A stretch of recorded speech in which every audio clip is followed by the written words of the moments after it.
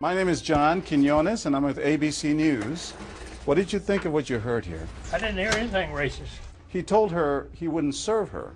Well, he can say he wouldn't serve you if you come in here barefooted without a shirt on. But she wasn't barefoot or without a shirt on. Well, she wasn't dressed right. What do you mean?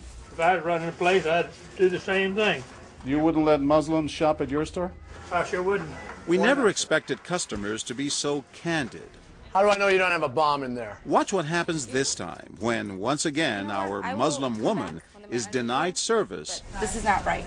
And again leaves. I mean, we reserve the right to not serve. That's right. Certain kind. That's right. That's, you know, I appreciate saying that. I think that's the first time I've ever seen that. He not only commends the man behind the counter for his discriminatory behavior, but he gives him the thumbs up, not once, but twice. Good job. All right. As he leaves. Can I talk to you, sir, for a second?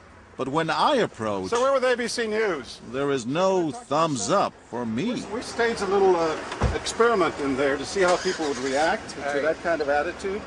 You're not an American. I am an American. That man took it a bit farther, telling me I'm not an American. He was threatened.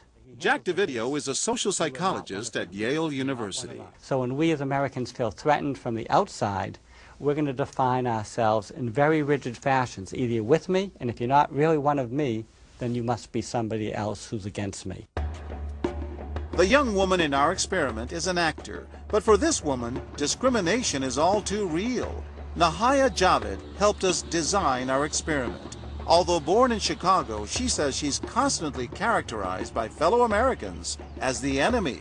They always start off with, you're a terrorist, Osama lover, towel head, camel jockey, on and on.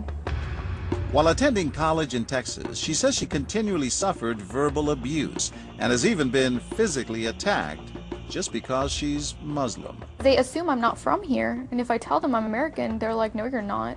Just because you were born here doesn't make you American. And I'm like, so what makes you American? It's a daily battle. Mm-hmm. And I don't feel like living in America, I should have to fight this battle. Meanwhile, back at the bakery, our actor is at it again. But how do I know you're not a terrorist? Terrorists look like you. But this time the customers are sympathizing with the Muslim woman. You're a Christian. Come on, get along. Right, I know, but can you blame me? Yeah, I can't blame you, actually. Why? What's the problem? All right, we'll get out of here. You need to go yourself, actually, what you need to do. Okay, sir. Thank you, I'm a sir. good American, all right? We're at war with these people. My dad's a veteran. Go yourself. So is mine. And he's not the only one who walks out in anger. You need to stop segregating against people. It's wrong. Excuse me? She's an American No, just like you're a everyone bad else. American. Time and again, people speak out with their pocketbooks. You lost a couple of customers, just so you know. But look what happens when this man threatens to leave. You're not a good American, sir. I believe I am a good American. My son just came back from serving in the Army for over a year in Iraq, and that has nothing to do with her rights. I understand that. Thank you, sir. And I hear what you're saying. But I can't believe you would be so discriminatory. I'm deeply offended by that. I'm sorry to offend you, sir, but I've got to live with myself. Seething, the man vows to fight back. I will let people know this. I've stopped here every time I come by this place, and I'll never stop here again. Why did folks get so upset? They saw an injustice. It's justice that binds us together. It's justice that makes us a society. Any threat to that kind of sense of justice and fairness undermines the entire system. You're really not going to serve her because No. of what she's wearing? No, I'm not. Perhaps that's why more customers are outraged by our actor's hateful behavior than approve of it. You're not dressed like an American. I don't know But what no you have one on. is more persistent than these two young women who can't believe what they're hearing. Take your jihad, take it back out to the parking lot. Excuse me? I mean, I got to protect my customers, okay? You're really offensive and disgusting. Well, I'm sorry. I'm just trying to protect you. you here. Thank because you. you You're don't know what's sick. going Dress on. like that doesn't mean anything. This is a different How do you know? culture. You're These people so are trying to ignorant. kill Americans. It's disgusting. She is my culture. So you're ready to serve me, but you're not ready to serve her? You're obviously dressed like an American. Big deal. She's Muslim. And unlike the others, they don't just leave in anger. They stand their ground. So you're going to regulate what people wear? Yes, because I Are believe you the the degree manager? of... No, I'm not the manager. Can I speak to your manager? I'm John Quinones with ABC News. It's only when we catch up with our heroines that they finally let their guards down. I'm with my friend who's, you know, Muslim, and it's, you know, I've just seen how people treat them differently, and it really hurts me.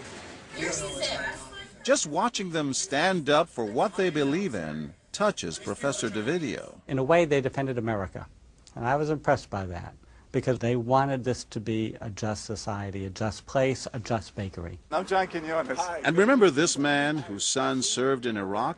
He's also moved to tears. Every person deserves to be treated with respect and dignity. No matter how they're in every dressed. situation, no matter how they're dressed. Never have we seen reactions so polarized, from a thumbs up for prejudice to an emphatic thumbs down. Go yourself. Two different Americas, both convinced they're patriotic. At the end of the day, 13 people stood up for the Muslim woman, while 6 sided with the clerk. But the majority of the bystanders, 22, did or said absolutely nothing. That's what's most frightening to Muslims like Nahaya, who was watching our experiment. In fact, so frightening that they often avoid going out by themselves. It's really sad because I'm old enough to be able to do things by myself. I shouldn't need a chaperone all the time. But that one time that I'm alone and something bad might happen, I'd rather be safe than sorry. Hi, I'm Nahaya. It's no wonder this young woman was so moved by the people who came forward to protect a stranger who just happens to be Muslim. Thank you so much for what you did, and I wish more people would do these type of things. And I do too. It would make my life a lot easier. God go with you.